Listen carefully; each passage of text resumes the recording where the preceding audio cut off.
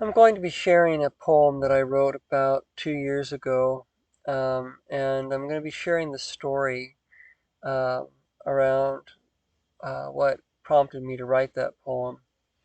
And this will be published in the new book I'm going to be releasing soon called The Rise of Silence. Um, so here it goes. I ran a little junk booth for a while. I went around and asked the yard sales to give me what they didn't sell, and some did. And then I sold it at the swap meet, and I made a few dollars. Next to my junk booth was another junk booth, and the man that ran the booth his name was Rod. Now and then Rod would come and buy some of my junk to add to his junk. He was my biggest customer, and I was surprised that he bought my junk since he had so much junk of his own. About a fifth of an acre's worth, strewn out on plywood sheets atop little metal sawhorses, and more stuff underneath and laid out on tarps. It was quite the collection. People came and wandered up and down the aisles of junk. Now and then they'd want something. When we offered them a price, more often than not they'd try to get it for less. After all, we were dealing in junk, people's leftover excesses, and the expectation was that we would let it go for nearly nothing. And in this we rarely disappointed our clientele. One day Rod asked me to help him move some things. "I'll pay you $20," he said, and I couldn't pass that up. So we went to a long Quonset hut that was full of junk. I was amazed. "The lady that owns this place says that I've got to get out," he said.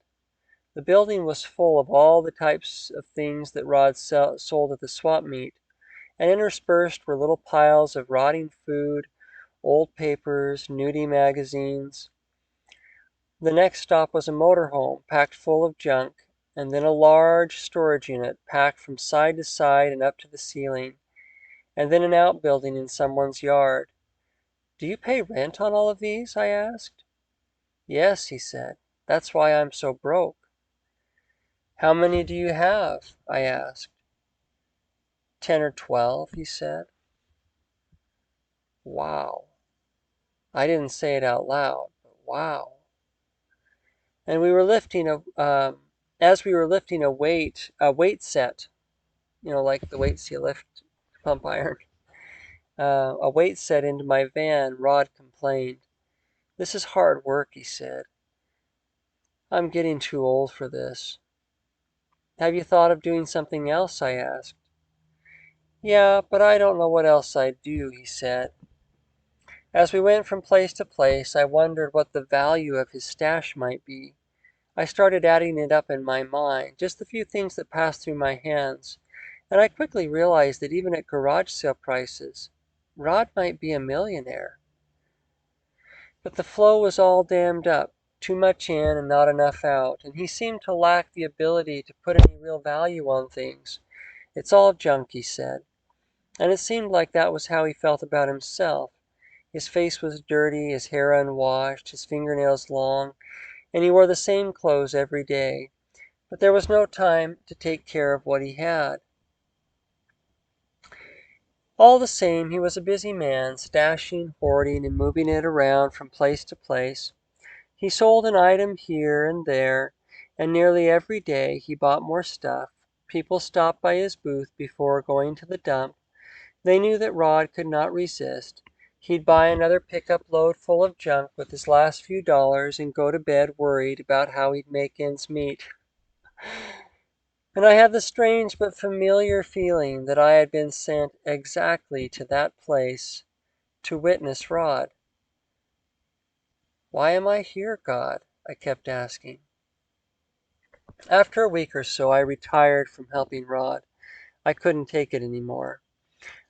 I made my way to our desert camp and sat behind the steering wheel of the van, thinking about Rod and about people and things. I wondered at what it would take for him to turn the tide of his affairs.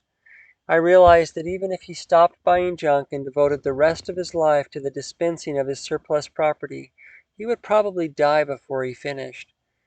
And the canker of the dark and rotting places might just kill him in the process. The only solution I could see was to walk away from it all. And then I thought about myself. What am I still holding on to, I wondered. And I wrote this poem in the spirit of that question or desire. Walk away, boy, walk away. You'll never have enough, and you'll never find the thing that you were missing. Walk away. You know that she's a fake and that she lures you with a dream. Walk away. And let them come and carry it all into the hollow of their empty eyes, where the darkness needn't bind you any longer.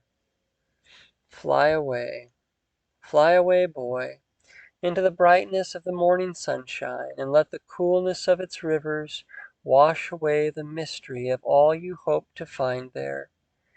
It is easier than you think, and it is a breath away. It is a moment. It is now.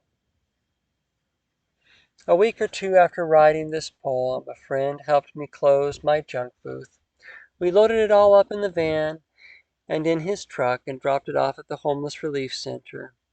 After they served the evening meal, they let the homeless take what they wanted.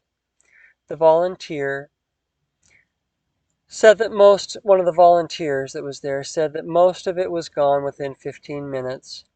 One lady took the lion's share, he said, and he shook his head and chuckled.